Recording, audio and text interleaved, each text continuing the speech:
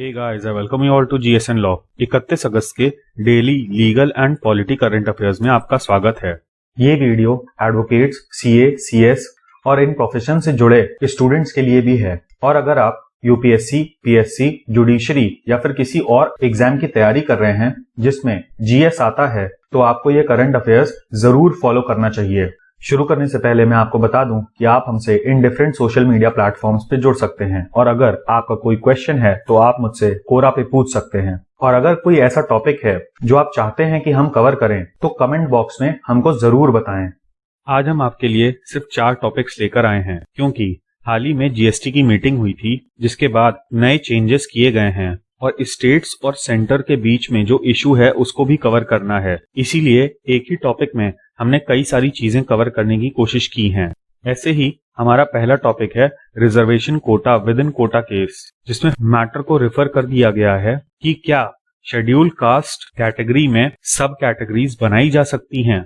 इसके अलावा फ्लिपकार्ट ने ऑनरेबल सुप्रीम कोर्ट में अपील दायर की है against the decision of competition commission of India. GST updates के बारे में मैंने आपको बताया ही, साथ ही साथ कंटेम्प्ट ऑफ कोर्ट के अपडेट्स में आज हम मुलगांवकर प्रिंसिपल्स के बारे में पढ़ेंगे और आपको बताएंगे कि कैसे कंटेम्प्ट का एक केस मीडिया की पूरी लाइमलाइट ले लेता है जबकि बाकी केसेस के बारे में पता ही नहीं चलता। शुरू करने से पहले हम देख लेते हैं कि कल का दिन किस लिए सिग्निफिकेंट था। सबसे पहले बात करते हैं ओणम की। प्रेसिडेंट और प्राइम मिनिस्टर दोनों लोगों ने ओणम की बधाइयां दी पूरे देश को। ओणम केरला राज्य में मनाया जाने वाला एक फेस्टिवल है। इसको राइस हार्वेस्ट फेस्टिवल के रूप में भी मनाते हैं। लेजेंड्स के हिसाब से महाबली राजा की जो स्पिरिट है वो केरला को विजिट करती है ओणम के दिन। अब आपने महाबली राजा की पूरी कहानी के बारे में पढ़ा होगा या देखा होगा, और अगर आपको नहीं पता तो मैं बिल्कुल शॉर्ट में इसको बता देता हूँ। महाबली राजा केरला में एक राजा हुआ करते थे जो कि बहुत ही ज्यादा दानवीर थे और एक समय पर इन्होंने तीनों लोकों पे यानी कि धरती, आकाश और पाताल पे अपना आधिपत्य जमा लिया था। तभी भगवान विष्णु वामन रूप में आए और इनको कहा कि आप मुझे 3 पग के बराबर जमीन दे दीजिए। राजा मान गए तो जो वामन अवतार में भगवान विष्णु थे उन्होंने अपना असली रूप दिखाया और पहले पग में उन्होंने धरती को कवर कर लिया, दूसरे पग में उन्होंने आकाश को कवर कर लिया, तीसरे पग के लिए कोई भी जगह नहीं बची। तो महाबली राजा ने अपना सर उनके सामने झुका दिया और कहा कि आप तीसरा पग मेरे सर पे रख दीजिए। और इसी दानवीरता की वजह से आज तक केरला में उनको सेलिब्रेट किया जाता है। अब इसमें काफी सारे सेलिब्रेशंस होते हैं, इन सबका पर्टिकुलर नाम आप देख लीजिएगा। मेनली इसमें से बोट रेसिंग और फ्लावर रंगोली है। अब देखिए, ये हमारे कंट्री की बहुत ही बड़ी विशेषता है कि on the basis of religion हम लोग काफी झगड़े करते हैं आपस में, बट हम लोगों के फेस्टिवल्स आपस में क्लैश भी करते हैं। तो ऐसे ही कल मुहर्रम ऑब्जर्व किया गया। हालांकि ये फेस्टिवल नहीं है बल्कि एक मॉर्निंग डे है और कल के दिन प्रधानमंत्री ने इमाम हुसैन की सैक्रिफाइसेस को याद करते हुए ट्वीट किया था। अब देखिए, एक्चुअली में जो मुहर्रम है वो first month of Islamic calendar है और जो उसका 10th डे है अशुरा, उस दिन इमाम हुसैन की शहादत हुई थी। अब देखिए, जो मुहर्रम एज अ मंथ है वो one of the 4 sacred months है जिनमें वॉरफेयर फॉरबिडन है। इसके अलावा मैं आपको बता दूं कि जो शिया फैक्शन है मुस्लिम्स का, वो इस दिन फास्टिंग ऑब्जर्व करता है। और इमाम हुसैन का भारत कनेक्शन भी मैं आपको बता देता हूँ। पंजाब के एक राजा हुआ करते थे राहब दत्त। ये पंजाबी दत्त ब्राह्मण थे जो कि इमाम हुसैन के मित्र माने जाते थे। और जब करबला का युद्ध हुआ तो राहब दत्त भी उनको सपोर्ट करने के लिए हिंदुस्तान से गए थे और वहां पे इन्होंने अपने 7 बेटों की शहादत दे दी थी। युद्ध के बाद जब इन लोगों की बची कुची सेना आई तो पंजाब में सेटल होने की बजाय वो लोग गुजरात और बॉम्बे के बीच में सेटल हो गए और आज हम इनके वंशजों को हुसैनी ब्राह्मण नाम से जानते हैं। इसके अलावा 1 सितंबर से हम लोग पोषण माह मनाएंगे और इसी के विषय में कल प्रधानमंत्री ने मन की बात में इस विषय पे काफी कुछ बोला। अब इसमें सिर्फ एक हाईलाइटेड चीज थी जो कि प्रधानमंत्री ने बोली। इन्होंने एक संस्कृत मैगजीन का इस्तेमाल किया, यथा अन्नम तथा मनम, जिसका शाब्दिक अर्थ है जैसा अन्न होगा वैसा ही मन होगा। यानी कि आपकी इंटेलेक्चुअल डेवलपमेंट, मेंटल डेवलपमेंट वो आपके फूड इंटेक पे डिपेंड करती है। पोषण माह हम लोग पोषण अभियान के अंतर्गत मनाते हैं जो कि एक मल्टी मिनिस्ट्रियल प्रोजेक्ट है जिसके तहत टारगेट ये रखा गया है कि 2022 तक भारत को मेल न्यूट्रिशन फ्री बनाना है। अब इसके लिए कुछ चीजों को स्पेसिफिकली टारगेट किया जाएगा, जैसे कि बौनापन, अंडर न्यूट्रिशन, या फिर जिन बच्चों का वेट बहुत कम होता है जब वो पैदा होते हैं। इसके अलावा एनीमिया को भी काउंटर किया जाएगा। और पोषण अभियान का जो इम्प्लीमेंटेशन है वो ministry of women and child development के पास है। अच्छा, एक और चीज, पोषण अभियान 2018 में शुरू किया गया था। शुरू करते हैं अपने पहले टॉपिक से, जो कि रिजर्वेशन विद इन रिजर्वेशन के विषय में है। अब सबसे पहले इसमें केस का नाम जान लीजिए, state of Punjab versus Davinder Singh. और आज जो हम ऑर्डर एनालाइज करेंगे ये 27/8/2020 का है। अब ये जो केस है ये 7 जजेस की बेंच को रेफर कर दिया गया है, क्योंकि 2005 में एक जजमेंट आया था ईवी चेन्नैया, जिसको कि प्रेजेंट केस में देखा गया, और इस केस में भी 5 जजेस की बेंच थी। तो जाहिर सी बात है कि प्रेजेंट केस में जो बेंच है वो इस जजमेंट के खिलाफ कोई भी डिसीजन नहीं दे सकती। अब इस पूरे केस में मेन मुद्दा ये है कि क्या शेड्यूल कास्ट में भी कैटेगराइजेशन करके वेरियस सब कास्ट्स को रिजर्वेशन प्रोवाइड कराया जा सकता है। अब ये क्वेश्चन क्यों उठा, इसको सुप्रीम कोर्ट ने बहुत ही अच्छे से बताया। इन्होंने कहा कि बहुत सारे ग्रुप्स ऐसे हैं जिनको अभी तक रिजर्वेशन का फायदा नहीं मिला है और अभी भी वो एज अनइक्वल्स ही ट्रीट होते हैं सोसाइटी में। तो क्या ऐसी कास्ट्स या क्लासेस की ये डेस्टिनी है कि वो हमेशा के लिए बैकवर्ड रहें? अब पहले हम समझते हैं कि सब कैटेगराइजेशन ऑफ एससीज क्या होता है। यहाँ पर जो वेरियस स्टेट्स हैं उनका आर्गुमेंट ये है कि शेड्यूल कास्ट में भी कुछ ग्रुप्स ऐसे हैं जो कि बहुत ही ज्यादा अंडर रिप्रेजेंटेड हैं डिस्पाइट रिजर्वेशन। अब इसके ऊपर कई सारी रिपोर्ट्स भी आई हैं और कई सारे राज्यों ने अपने अपने राज्य में इसके लिए प्रोविजंस बनाए हैं। फॉर एग्जाम्पल, बिहार ने महादलित कमीशन की स्थापना की थी 2007 में, जिसमें उन शेड्यूल कास्ट्स को आइडेंटिफाई किया जाएगा जो कि अभी भी बहुत ही ज्यादा पिछड़े हैं। अब जब बिहार में महादलित की बात करते हैं हम, तो हमारे सामने एक नाम जरूर आता है, जीतन राम मांझी का। आपको याद होगा ये जनता दल यूनाइटेड यानी कि नीतीश कुमार की पार्टी से बिलोंग करते थे और इनको कुछ समय के लिए चीफ मिनिस्टर बना दिया गया था। बट चीफ मिनिस्टर रहते हुए ये डिफेक्ट कर गए थे और अपनी नई पार्टी बना ली थी। अब जीतन राम मांझी एक फाइन एग्जाम्पल हैं उस कम्युनिटी को रिप्रेजेंट करने का जो कि अभी भी बहुत ही ज्यादा बैकवर्ड है। ये मुसहर कम्युनिटी से बिलोंग करते हैं। हमारे उत्तर प्रदेश में इनको मुसहर के अलावा नट नाम से भी जाना जाता है। नट लोगों को आपने देखा होगा कि रस्सी पे बैलेंसिंग एक्ट्स परफॉर्म करते हैं, जिम्नास्टिक्स परफॉर्म करते हैं, और जो लोग इनमें से अभी भी बिलो पॉवर्टी लाइन हैं उन लोगों की आज भी डाइट खेत में मिलने वाले रैट्स पे डिपेंडेंट है। तो आप अंदाजा लगा सकते हैं कि ऐसी कम्युनिटीज कितनी ज्यादा सोशली और इकोनॉमिकली बैकवर्ड हैं।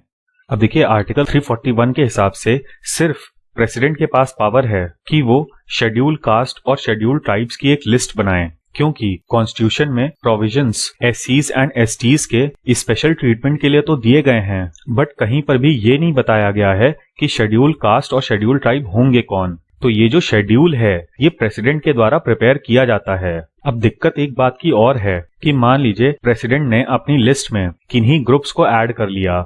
अब वो ग्रुप्स कुछ स्टेट में तो बैकवर्ड हैं, बट कुछ स्टेट में वो लोग काफी संपन्न हैं। फॉर एग्जाम्पल, अगर हम यूपी में पटेल्स की बात करें या फिर एज अ ग्रुप जिनको हम कुर्मी कहते हैं, वो लोग यहाँ पे तो बैकवर्ड हैं, बट गुजरात में ऐसा नहीं है। सेम चीज जाट्स के साथ भी है। हरियाणा के जो जाट्स हैं उनका काफी अच्छा रिप्रेजेंटेशन है, जबकि यूपी में जो जाट्स हैं उनका रिप्रेजेंटेशन उतना अच्छा नहीं है in various political and employment fields. और इसी की वजह से डिबेट ये भी है कि स्टेट्स को क्यों ना पावर दी जाए अपनी खुद की लिस्ट बनाने की, क्योंकि प्रेसिडेंशियल लिस्ट पूरे देश पे लागू होती है और उससे एक्चुअल सोशल और इकोनॉमिक कंडीशंस का पता नहीं चल पाता। अब हम देखते हैं कि इस ऑर्डर को देते समय ऑनरेबल सुप्रीम कोर्ट ने क्या क्या ऑब्जर्व किया। यहाँ पर अपने ऑब्जर्वेशन में कोर्ट ने कहा कि संविधान के निर्माताओं ने हमेशा के लिए रिजर्वेशन नहीं बनाया था। एक तरफ तो उन लोगों को एक्सक्लूड नहीं किया जा रहा है जो कि बैकवर्डनेस से ऊपर उठ चुके हैं, और दूसरी तरफ अगर सब क्लासिफिकेशन अलाउ नहीं किया जाता है तो राइट टू इक्वालिटी डिफीट हो जाएगी, क्योंकि तब हम लोग अनइक्वल लोगों को इक्वल की तरह ट्रीट कर रहे होंगे।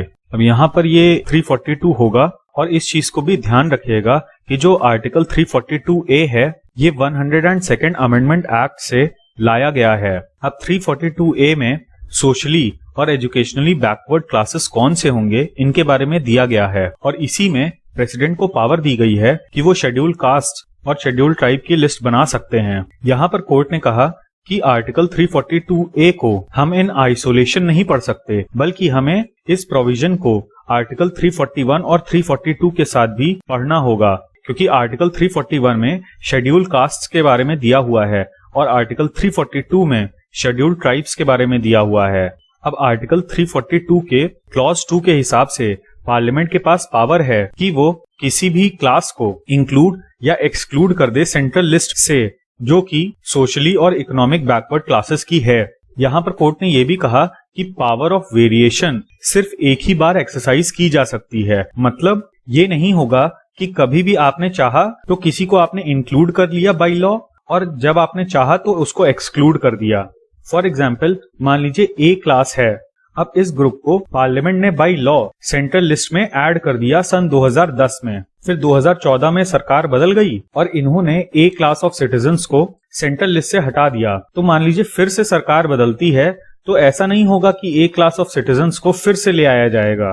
पावर ऑफ वेरिएशन में आप एक बार इंक्लूड कर सकते हैं किसी क्लास को और एक बार एक्सक्लूड कर सकते हैं। अब अगर ये चीज ना लगाई गई होती तो आप समझ सकते हैं कि राजनीति किस स्तर पे हो रही होती। इसके बाद कोर्ट ने कहा कि आर्टिकल 16(4) और आर्टिकल 342A को पढ़ के ऐसा लगता है कि शेड्यूल कास्ट और शेड्यूल ट्राइब को डिटरमाइन करने के लिए कोई डिफरेंट क्राइटेरिया यूज नहीं हो सकता। लास्ट में कोर्ट ने कहा कि इस विषय पे एक अथॉरिटेटिव प्रोनाउंसमेंट की जरूरत है। मतलब 7 जजेस की बेंच डिसाइड कर दे या फिर 9 जजेस की बेंच डिसाइड कर दे तो एक बार में ये मामला कुछ समय के लिए सेटल हो जाएगा। अब देखिए, जब भी कोर्ट रेफरेंस देती है तो वो एक सवाल फ्रेम करती है। यहाँ पर ऑनरेबल सुप्रीम कोर्ट का सवाल ये है कि क्या सब क्लासिफिकेशन परमिसिबल है only with respect to socially and educationally backward classes covered under article 342A read with article 366 2C। मतलब प्रेसिडेंशियल लिस्ट में क्या सब क्लासिफिकेशन करना पॉसिबल है। अब आपको अगर ना पता हो तो मैं आपको बता दूं कि आर्टिकल 366 में डेफिनेशंस दी गई हैं। अगर आप लॉ स्टूडेंट हैं तो आपने देखा होगा कि ज्यादातर बेयर एक्ट्स में सेक्शन 2 में डेफिनेशंस दी रहती हैं, बट कॉन्स्टिट्यूशन के केस में आर्टिकल 366 में डेफिनेशंस दी गई हैं। इसके बाद लार्जर बेंच को एक और चीज डिसाइड करनी होगी कि क्या ऐसा सब क्लासिफिकेशन आर्टिकल 341 और 342 के तहत भी हो सकता है। इसके बाद आर्टिकल 341 को कोर्ट ने एड्रेस करते हुए कहा कि यहाँ पर ये बात नहीं हो रही है कि एक लोगों का रिजर्वेशन काट के दूसरे लोगों को दे दिया जाए, बल्कि एक स्पेसिफिक परसेंटेज के प्रेफरेंशियल ट्रीटमेंट की बात चल रही है। मतलब अगर मान लीजिए शेड्यूल कास्ट के लिए 30% रिजर्वेशन दिया गया है किसी इंस्टीट्यूट की सीट्स में, तो इसमें से जो 5% सीट्स होंगी उस पर प्रेफरेंस दिया जाएगा एक्सट्रीमली बैकवर्ड क्लासेस को, जो कि आती तो हैं शेड्यूल कास्ट में ही, बट उनकी स्थिति बहुत ही ज्यादा खराब है। आगे कोर्ट ने कहा कि caste is nothing but a class, और जहां पर क्लास होता है वहां पर क्लासिफिकेशन किया जा सकता है for the benefit of all, क्योंकि रिजर्वेशन का मेन मकसद है पुअरेस्ट ऑफ द पुअर के पास पहुंचना। अब इसके ऊपर जो इशू फ्रेम किया गया उसमें कोर्ट ने पूछा कि क्या इंटेलिजिबल डिफरेंशिया का इस्तेमाल करते हुए यदि रिजर्वेशन का बेनिफिट बिल्कुल लोअर स्ट्राटा तक पहुंचाया जाता है बाय वे ऑफ सब क्लासिफिकेशन, तो क्या ऐसी पॉलिसी वॉयलेटिव होगी आर्टिकल 14 और 16 के। इंटेलिजिबल डिफरेंशिया मतलब बाय रीजन दो क्लासेस को डिफरेंशिएट करना, मतलब कोई भी क्लासिफिकेशन एब्सर्ड नहीं होना चाहिए। फिर आती है बात सोशो इकोनॉमिक स्टेटस की। इस पे कोर्ट ने कहा कि पहली बात तो कॉन्स्टिट्यूशन का एम है डिस्पैरिटीज को रिमूव करना, यानी कि इनइक्वालिटीज को रिमूव करना। और अगर वेरियस रिपोर्ट्स में ये आया है कि there are unequals among schedule caste and schedule tribes, तो क्यों ना उनको सब क्लासिफिकेशन करके प्रेफरेंशियल रिजर्वेशन प्रोवाइड कराया जाए। साथ ही साथ कोर्ट ने यह भी कहा कि एससीज and STs do not constitute a homogeneous group, मतलब सारे एससीज एंड एसटीज को आप एक साथ नहीं गिन सकते। इसके अलावा कोर्ट ने कहा कि जितने भी आर्टिकल्स इन्वॉल्व हैं, आर्टिकल 14, 15, 16, 338, 341, 342, ये सब पब्लिक इंटरेस्ट से रिलेटेड हैं और इसमें करेक्ट इंटरप्रिटेशन की जरूरत होती है। of any judgment which is related to this topic, including Indra Swaini case. आगे कोर्ट ने कहा कि we have full respect for principle of stare decisis, मतलब प्रेजेंट केस को पुराने केस के प्रिंसिपल्स को मद्देनजर रखते हुए डिसाइड करना, इस बात की हम रिस्पेक्ट करते हैं, लेकिन जहां पर इतना बड़ा क्वेश्चन ऑफ लॉ हो वहां पर हम मूक दर्शक नहीं बने रह सकते, क्योंकि संविधान का जो गोल है सोशल ट्रांसफॉर्मेशन का, वो चेंजिंग सोशल रियलिटीज को बिना देखे नहीं अचीव किया जा सकता। इसके अलावा बाकी सारे पॉइंट्स जो हमने ऊपर पढ़े हैं उन्हीं को कोर्ट ने रिपीट किया। कोर्ट ने कहा कि $1 मिलियन क्वेश्चन ये है कि रिजर्वेशन का बेनिफिट लोएस्ट स्ट्राटा तक कैसे पहुंचाया जाए, स्पेशली उन क्लासेस के लिए जो कि एडिक्वेटली रिप्रेजेंटेड नहीं हैं। इसके बाद कोर्ट ने कहा कि स्टेट से इस बात की पावर छीनी नहीं जा सकती कि वो क्वालिटेटिव और क्वांटिटेटिव मेजर्स पे अपनी पॉलिसीज बनाएं। आगे कोर्ट ने कहा कि अगर रिजर्वेशन की वजह से इनइक्वालिटीज क्रिएट हो रही हैं with in the schedule caste, तो ये स्टेट का दायित्व बनता है कि वो डिस्ट्रीब्यूटिव जस्टिस मेथड को अपनाए और ये इंश्योर करे कि सिर्फ कुछ ही लोगों को रिजर्वेशन का बेनिफिट ना मिल रहा हो। अब हाल ही में फ्लिपकार्ट सुप्रीम कोर्ट पहुंच गई against the order of national company law appellate tribunal, जो कि एनक्लैट के द्वारा 4 मार्च को पास किया गया था और जिसमें कंपटीशन कमीशन ऑफ इंडिया से ये कहा गया था कि आप फ्लिपकार्ट के खिलाफ इन्वेस्टिगेशन करिए कि क्या उसने अब्यूज ऑफ डोमिनेंट पोजीशन किया है। अब abuse of dominant position section 4 of competition act में दिया गया है। अब्यूज ऑफ डोमिनेंट पोजीशन का अर्थ है कि कोई कंपनी मार्केट में अपनी पोजीशन का लाभ लेते हुए जो मार्केट की फोर्सेस हैं उसको इफेक्ट कर सके। अब मार्केट फोर्सेस का सिंपल सा एग्जांपल है सप्लाई एंड डिमांड की वजह से प्राइस में फ्लक्चुएशन। इसके अलावा इसमें अपने कंपटीशन को खत्म करना भी अब्यूज ऑफ डोमिनेंट पोजीशन में आ जाएगा। अब पूरा मामला क्या है इसको समझने की कोशिश करते हैं। 2018 में लगभग 200 रिटेलर्स जो कि वेरियस ऑनलाइन प्लेटफॉर्म्स पे अपना सामान बेचते थे, वो कंपटीशन कमीशन ऑफ इंडिया के पास पहुंच गए और कहा कि फ्लिपकार्ट प्रीडेटरी प्राइसिंग मैकेनिज्म्स अपना रहा है, जिसकी वजह से छोटे रिटेलर्स को लॉसेस इनकर हो रहे हैं। प्रीडेटरी प्राइसिंग को आप ऐसे समझिए जैसे चाइना करता है, मतलब अपने गुड्स की प्राइस को इतना कम कर देना कि मार्केट में जो भी आपका छोटा कॉम्पिटिटर है वो खत्म हो जाए, ताकि इन दी लॉन्ग रन आप प्रॉफिट कमा सकें। और प्रीडेटरी प्राइसिंग भी अब्यूज ऑफ डोमिनेंट पोजीशन का एक तरीका है। अब ये जो रिटेलर्स थे ये all India online vendors association के नाम से सीसीआई के पास गए थे और इनका एलिगेशन ये था कि फ्लिपकार्ट छोटे रिटेलर्स से सामान खरीद लेता है और उसके बाद डिस्काउंटेड प्राइस पे WS retail services private limited को बेचता है और उसके बाद WS रिटेल उन प्रोडक्ट्स को रीसेल करते हैं फ्लिपकार्ट की वेबसाइट पे। अब देखिए इसमें रिटेलर्स को नुकसान कैसे होता है। फ्लिपकार्ट एक मार्केट प्लेस मॉडल अपनाता है, यानी कि यहाँ पर बायर्स और सेलर्स आके इंटरैक्ट करते हैं और ट्रांजैक्शंस कंडक्ट करते हैं। सपोज एक सेलर है जो कि फ्लिपकार्ट पे अपने गुड्स को सेल करता है। अब फ्लिपकार्ट ने क्या किया कि ए से उसके गुड्स को खरीद लिया और उसको डिस्काउंटेड प्राइस पे WS रिटेल को बेच दिया। फॉर एग्जाम्पल ए का जो सामान था वो फ्लिपकार्ट की वेबसाइट पे 100 रुपए का बेच रहा था। फ्लिपकार्ट ने उससे ये 100 रुपए का सामान खरीद लिया और उसके बाद WS रिटेल को 80 रुपए का बेच दिया। अब WS रिटेल ने क्या किया कि उसी आइटम को फ्लिपकार्ट की वेबसाइट पे 90 रुपए का बेचा। अब यहाँ पर उस गुड की लिस्टिंग में ए तो बेच रहा है 100 रुपए का, लेकिन WS रिटेल बेच रहा है 90 रुपए का, तो जाहिर सी बात है कि कंज्यूमर WS रिटेल के प्रोडक्ट्स को खरीदेगा। इसके अलावा वेंडर्स ने यह भी आरोप लगाया कि फ्लिपकार्ट और WS retail wheeled corporate structure का इस्तेमाल कर रहे हैं। मतलब वैसे तो WS रिटेल और फ्लिपकार्ट दोनों अलग अलग कंपनीज हैं, लेकिन दोनों ही कंपनीज में सचिन एंड बिन्नी बंसल फाउंडर्स हैं। मतलब अपनी ही दो कंपनीज के बीच में ये लोग ट्रांजैक्शन कर रहे हैं ताकि छोटे रिटेलर्स अपना सामान ना बेच पाएं। इसके अलावा वेंडर्स ने यह भी प्रे किया था कि जब तक कि इस केस में फाइनल ऑर्डर्स नहीं आ जाते हैं, कोई भी combination, for example amalgamation, merger etcetera, इनको सबको क्लियर ना किया जाए। अब इसके बाद अगस्त 2018 में फ्लिपकार्ट ने वॉलमार्ट को अपना मेजॉरिटी स्टेक बेच दिया, जो कि लगभग 77% था और इसके लिए फ्लिपकार्ट को $16 बिलियन मिले। अब 2018 में जो CCI का डिसीजन आया उसमें उन्होंने हेल्ड किया कि जो ऑनलाइन मार्केट है उसमें लो एंट्री बैरियर है, यानी कि कोई भी आ सकता है, कोई भी जा सकता है।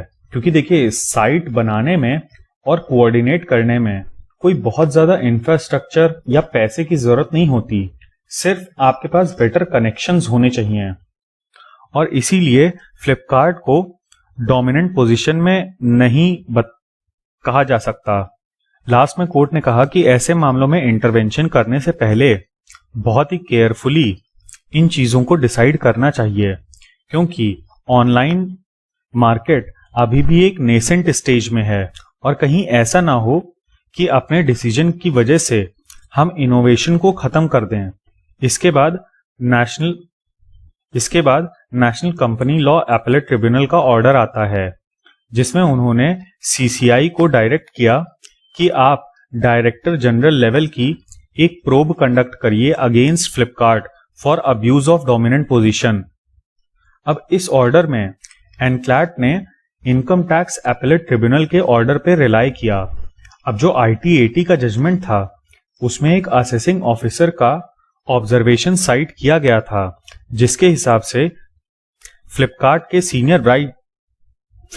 सीनियर वाइस प्रेसिडेंट ने इस बात को एक्सेप्ट किया था कि जो वो स्ट्रैटेजी अपना रहे हैं कम प्राइसेस पे गुड्स को बेचने की, वो मार्केट शेयर को कैप्चर करने के लिए है और लॉन्ग रन में प्रॉफिट्स अर्न करने के लिए है। अब ये चीज कैसे होती है, जियो का ही एग्जाम्पल ले लीजिए।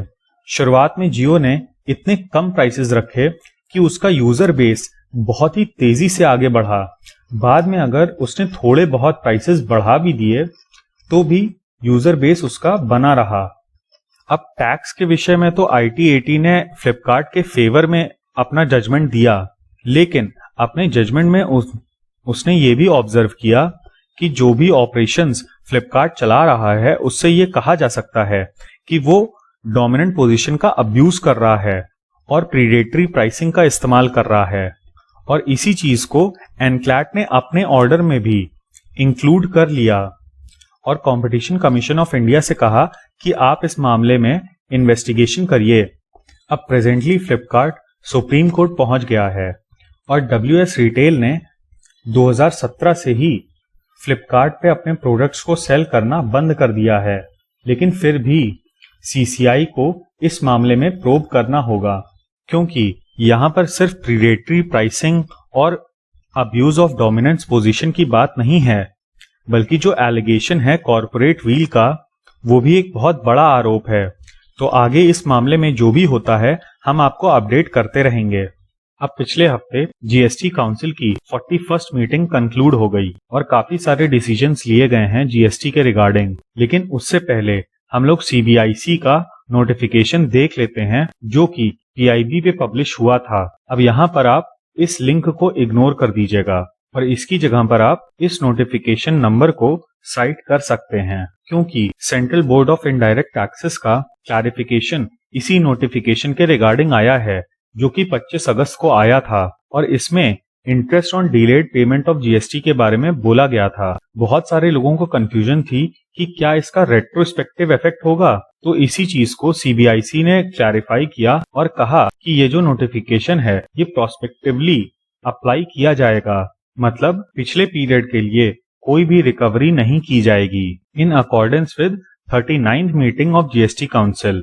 ये एक्सप्लेनेशन CBIC को इसलिए जारी करना पड़ा क्योंकि सोशल मीडिया में काफी सारे पोस्ट चल रहे थे कि जो 25 अगस्त का नोटिफिकेशन है उसके हिसाब से जो इंटरेस्ट है वो नेट लायबिलिटी के ऊपर कैलकुलेट किया जाएगा, मतलब अभी तक जो आपकी लायबिलिटी चली आ रही है उस पे, लेकिन ऐसा बिल्कुल भी नहीं है। और आगे आने वाले समय में जो आपका GST बनेगा उस पे ये 25 अगस्त का नोटिफिकेशन लागू होगा। अब GST कंपेंसेशन के ऊपर बहुत ही बड़ी डिबेट सेंटर और स्टेट्स के बीच में छिड़ गई है। अब दिक्कत इस बात की है कि कोरोना वायरस पैंडेमिक के बाद से सेंट्रल गवर्नमेंट काफी सारा पैसा खर्चा कर रही है और जो पेंडिंग कंपेंसेशन स्टेट्स को मिलना चाहिए था वो अभी तक नहीं दिया गया है और स्टेट्स के पास तो खुद ही पैसा नहीं है।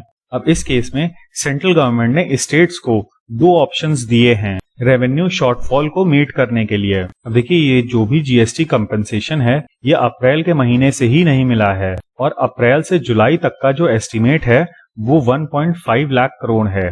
अब यहाँ पर सेंट्रल गवर्नमेंट ने अटॉर्नी जनरल ऑफ इंडिया का ओपिनियन साइट करते हुए कहा कि जुलाई 2017 से जून 2022 तक जो ट्रांजिशन पीरियड का कंपनसेशन है वो तो हम पे करेंगे ही, लेकिन ये compensation consolidated fund of India से नहीं दिया जा सकता। Consolidated fund of India central government का एक तरीके से पर्स होता है जिसमें से सारे एक्सपेंसेस मीट किए जाते हैं। अब यहाँ पर रेवेन्यू गैप को ब्रिज करने के लिए स्टेट मिनिस्टर्स ने सेंटर से ये कहा कि आप बोरोइंग करिए, लेकिन मीटिंग के एंड तक सेंट्रल गवर्नमेंट दो ऑप्शंस के साथ आई। पहला ये कि जीएसटी शॉर्टफॉल को मीट करने के लिए आप लोग अभी के लिए हमसे उधार ले लीजिए, जो कि जून 2022 के बाद 5 साल तक आप पे कर सकते हैं। और इसके लिए एफआरबीएम एक्ट में जो स्टेट की बोरोइंग लिमिट है उसमें 0.5% का रिलैक्सेशन दिया जाएगा। एफआरबीएम एक्ट के अंतर्गत स्टेट्स के ऊपर लिमिट है कि वो कितना पैसा आरबीआई से बोरो कर सकती हैं। उसी लिमिट पे 0.5% का रिलैक्सेशन मिलेगा, जिसको आप यूज करके आरबीआई से अभी के लिए लोन ले सकते हैं। दूसरा ये कि आप जितना भी प्रोजेक्टेड शॉर्टफॉल है जीएसटी कलेक्शंस का उसको एक ही बार में ले लीजिए, लेकिन इसके लिए आपको एफआरबीएम एक्ट में रिलैक्सेशन नहीं मिलेगी। अब ध्यान दीजिएगा कि यहाँ पर प्रोजेक्टेड शॉर्टफॉल के बारे में बात हो रही है, यानी कि आगे के लिए, लेकिन ये अमाउंट भी कम नहीं है। अब देखिए, दिक्कत इसी बात की आ रही है कि पेट्रोलियम, अल्कोहल और स्टैंप ड्यूटी को छोड़ के बाकी सभी चीजें जीएसटी में आ गई हैं और जीएसटी लागू करते समय सेंट्रल गवर्नमेंट ने यह वादा किया था स्टेट्स से कि हम आपको जीएसटी कंपनसेशन प्रोवाइड कराएंगे, लेकिन पैंडेमिक की वजह से सरकार के पास पैसा ही नहीं बचा है ये कंपनसेशन देने का। लेकिन यहाँ पे स्टेट्स की भी कोई गलती नहीं है, क्योंकि जीएसटी सिग्निफिकेंट पोर्शन है स्टेट्स की इनकम का। अब स्टेट्स का भी ज्यादातर पैसा हेल्थ केयर पे चला जा रहा है और लॉकडाउन की वजह से बिजनेसेस नहीं काम कर पा रहे हैं और सब्सिक्वेंटली जीएसटी भी नहीं आ पा रहा है स्टेट्स के पास। और यही सब कारण है कि सैलरी का पेमेंट नहीं कर पा रही हैं स्टेट्स अपने एम्प्लॉइज को। इसके अलावा 2 फॉर्म्स जारी किए गए हैं।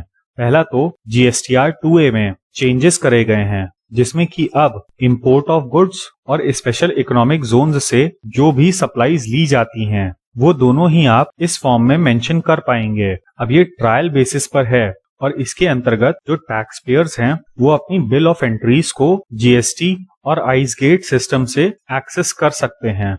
इसके अलावा आप इस नए चेंज के बारे में फीडबैक भी दे सकते हैं। अब प्रेजेंटली आपने देखा होगा कि 6 अगस्त तक का डेटा दिखा रहा है और करेंटली इस सिस्टम में नॉन कंप्यूटराइज्ड पोर्ट्स को नहीं इंक्लूड किया गया है। साथ ही साथ जो कुरियर सर्विसेज या पोस्ट सर्विसेज से इंपोर्ट्स किए जाते हैं उनको भी नहीं इंक्लूड किया गया है।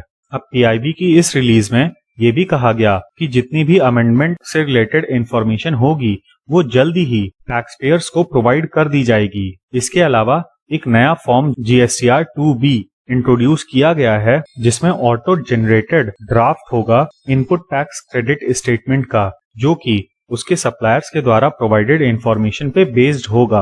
कुल मिलाके इस नए फॉर्म से आपका समय बचाने की कोशिश की गई है।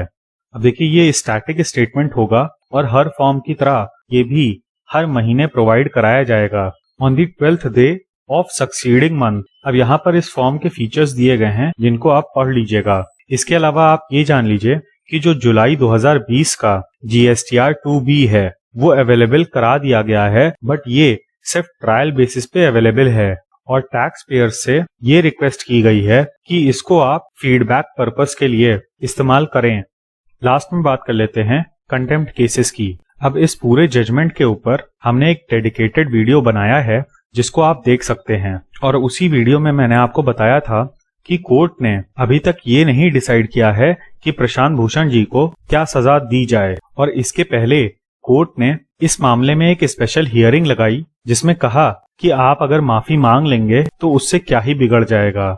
लेकिन एक वामपंथी से माफी एक्सपेक्ट करना ही बहुत ही गलत है, क्योंकि वामपंथियों के हिसाब से उनके अलावा पूरी दुनिया गलत करती है और वो जो काम करते हैं वो बिल्कुल सही होता है। इसके ऊपर एक बुक है आर्थर कोइस्लर की जिसका नाम है योगी एंड द कॉमिसार। इसमें बहुत अच्छे से बताया गया है कि भारत का जो योगिक थॉट है वो इंट्रोस्पेक्शन करते करते सेल्फ लोदिंग में इन्वॉल्व हो जाता है, जबकि कॉमिसार सिर्फ और सिर्फ दूसरों को ब्लेम करता है। तो प्रशांत भूषण जी इससे कुछ अलग नहीं हैं और ये सेल्फ प्रोक्लेम्ड एक्टिविस्ट हैं जो कि असलियत में एक कम्युनिस्ट ओलिगार्क हैं जिनका मेन मकसद इस देश में अशांति और अस्थिरता लाना है। अब कंटेम्प्ट केसेस की जब बात करते हैं हम तो एस मुलगांवकर वर्सेस अननोन इस केस को एक लैंडमार्क माना जाता है जिसमें 2/1 की मेजॉरिटी से उस समय के द इंडियन एक्सप्रेस के एडिटर मुलगांवकर जी को कंटेम्प्ट केस से बरी कर दिया गया था और ये dissenting opinion chief justice MH Beg का था, जबकि जस्टिस पी कैलाशम और जस्टिस कृष्णा अय्यर ने मेजॉरिटी जजमेंट फॉर्म किया था, जबकि यही वो बेंच थी जिसने कंटेम्प्ट प्रोसीडिंग्स को इनिशिएट किया था। इस जजमेंट में जस्टिस कृष्णा अय्यर ने कंटेम्प्ट जुरिस्डिक्शन को एक्सरसाइज करते समय कुछ प्रिकॉशनरी प्रिंसिपल्स दिए थे जिनको हम मुलगांवकर प्रिंसिपल्स के नाम से जानते हैं। अब देख लेते हैं कि इस केस में हुआ क्या था। एक राइटर हुआ करते थे एजी नूरानी। इन्होंने इंडियन एक्सप्रेस में एक आर्टिकल लिखा था जिसमें इमरजेंसी के दौरान पास किए गए कुछ डिसीजंस को क्रिटिसाइज किया गया था और इसमें इन्होंने स्पेशली हेबियस कॉर्पस केस को टारगेट किया था और इस आर्टिकल को पढ़ने के बाद जो तत्कालीन सीजीआई थे उनको काफी दुख पहुंचा। सवाल बनता है कि हेबियस कॉर्पस केस में ऐसी कौन सी बहुत बड़ी चीज हो गई थी। तो देखिए इस केस को सुप्रीम कोर्ट्स डार्केस्ट आवर कहा जाता है क्योंकि इसमें डिटेंशन लॉ को सही बता दिया गया था और ये कहा गया था कि even right to life can be suspended during emergency और इसमें 4:1 की मेजॉरिटी से ये डिसीजन पास किया गया था जिसमें जस्टिस बेग भी शामिल थे और उसके अलावा बड़े बड़े नाम जैसे जस्टिस वाईवी चंद्रचूड़ और जस्टिस पीएन भगवती भी मेजॉरिटी डिसीजन के साथ थे। तो इसी जजमेंट को क्रिटिसाइज किया गया था नूरानी जी के आर्टिकल में। अब आर्टिकल पब्लिश होने के बाद सुप्रीम कोर्ट के रजिस्ट्रार ने इंडियन एक्सप्रेस के एडिटर को पत्र लिखकर ये कहा कि आप इस आर्टिकल को वापस ले लीजिए और एक माफीनामा पब्लिश करिए, जो कि एडिटर ने नहीं किया, बल्कि एडिटर ने ऑफर किया कि जो भी मटेरियल उनके पास है वो सब कुछ पब्लिक डोमेन में पब्लिश करने को तैयार हैं। और इस बात का बहुत ही ज्यादा बुरा लगा सीजीआई बेग को और इसी की वजह से उन्होंने कंटेम्प्ट प्रोसीडिंग्स इनिशिएट कर दी। अब देखिए प्रशांत भूषण जी की तरह हर कोई इतना भाग्यशाली नहीं होता कि बड़े बड़े मीडिया पर्सन्स उनके बारे में आर्टिकल लिखें। उनकी एक line contempt of my conscience के ऊपर बड़े बड़े लोग बड़े बड़े न्यूज़पेपर्स में आर्टिकल लिखें, तो ऐसे कनेक्शंस सबके पास नहीं होते और इसीलिए आपको ये केस मीडिया में नहीं सुनाई दिया होगा। एडवोकेट यतिन ओझा गुजरात हाईकोर्ट के बार एसोसिएशन के प्रेसिडेंट हैं और इनके ऊपर गुजरात हाईकोर्ट ने कंटेम्प्ट प्रोसीडिंग्स चला दी थी। इस पूरे केस पे भी हमने एक डेडिकेटेड वीडियो बनाया था। अब हुआ क्या था कि गुजरात हाईकोर्ट ने इनसे इनकी सीनियर एडवोकेट वाली डेजिग्नेशन ही छीन ली थी, जिसके बाद ये ऑनरेबल सुप्रीम कोर्ट के पास पहुंच गए थे और वहां पर उन्होंने माफीनामा सबमिट किया था और अनकंडीशनल अपॉलजी मांगी थी। साथ ही साथ गुजरात हाईकोर्ट में भी उन्होंने अपनी अपॉलजी सबमिट की थी और ऑनरेबल सुप्रीम कोर्ट ने कहा था कि Gujarat high court will be a better जज इन दिस मैटर। लेकिन अब क्या हुआ है कि गुजरात हाईकोर्ट की फुल बेंच ने यतिन ओझा जी की अपॉलजी को एक्सेप्ट करने से मना कर दिया है। लेकिन आपने इस पूरे केस को मीडिया में कभी ना सुना होगा ना देखा होगा, जबकि ये पनिशमेंट मेरे हिसाब से काफी ज्यादा हार्श है, क्योंकि कोई भी एडवोकेट जिंदगी भर मेहनत करता है सीनियर एडवोकेट की डेजिग्नेशन को पाने के लिए और सीनियर एडवोकेट के उस गाउन को पहनने के लिए। उसके बाद यदि उस एडवोकेट से उसका सीनियर डेजिग्नेशन छीन लिया जाता है और उसको कोर्ट में एक नॉर्मल गाउन पहन के प्रोसीडिंग्स अटेंड करनी पड़ती हैं, तो वो उस एडवोकेट के लिए काफी ज्यादा इमोशनल सिचुएशन हो जाती है।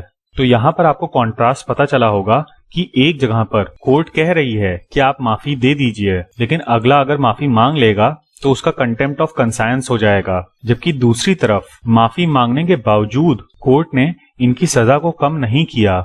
तो ये था हमारा एनालिसिस 31 अगस्त के daily legal and polity current affairs का। उम्मीद है कि आपको ये वीडियो पसंद आया होगा। इस वीडियो का PDF आपको हमारे टेलीग्राम चैनल पे मिल जाएगा। And please don't forget to like, share and subscribe. Thank you. Jai Hind.